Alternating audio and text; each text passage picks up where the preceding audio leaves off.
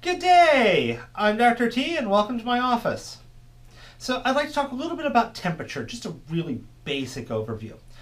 Temperature is imperfectly defined, or imperfectly described, I should say, as the average kinetic energy of the particles of a thing. Now, the more energy it has, the faster they're moving. Well, we would say the hotter it is and the higher the temperature. Of course, we need units for this, like everything else, and there's actually 4 systems that have come out, and they've come out historically relatively late.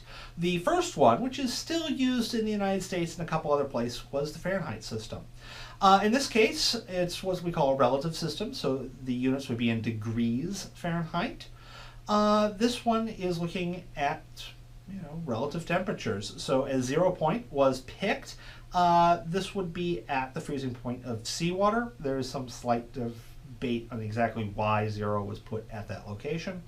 And then a second mark for temperature, in this case the 100-degree mark, was picked at a different temperature, which was roughly the temperature the northern European city in which Fahrenheit, which of course this was named after an individual, lived at, about as hot as it ever got, and that was defined as 100.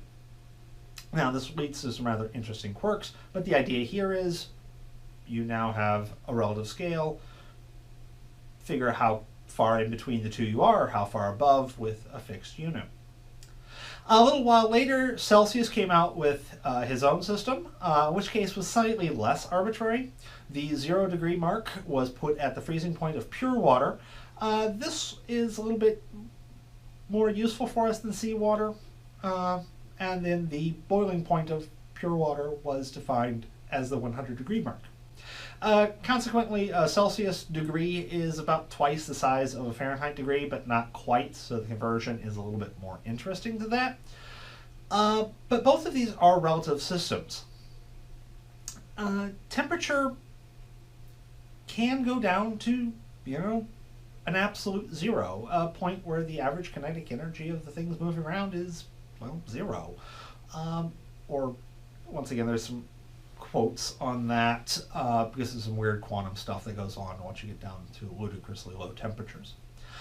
So both systems, the Fahrenheit and the Celsius system, have a cousin system to them that uses the same size of unit but starts at absolute 0. The Fahrenheit system is known as ranking and is basically unused anymore. You might see that in some engineering work, but probably mid-20th century or before. Once again, it's pretty much gone. The common one, though, still used very heavily in the sciences and actually is the SI unit of temperature, is the Kelvin. And that one, once again, has a unit the size of a degree Celsius, but starting at absolute 0. Now, because this is an absolute scale, it's starting at absolute 0, there is no degree sign, contrary to what your light bulb box might have. There is just a capital K for Kelvin. Converting between that and Celsius is fairly straightforward. All you're doing is adding on to the Celsius the gap between absolute 0 and the freezing point of water, which is 273.15 degrees Celsius, or Celsius would be the gap. In this case, you don't really need to throw in the degrees Celsius or the Kelvin. So you would have Kelvin minus 273.15 to get Celsius. Celsius would be plus 273.15. I'll throw the equation up to go between Celsius and Fahrenheit. It is a bit more annoying. And I'll throw on the conversion to go from ranking to Fahrenheit, although literally you will never use this except maybe a really pedantic Jeopardy question. Hope that helps. Have fun, and see you next time.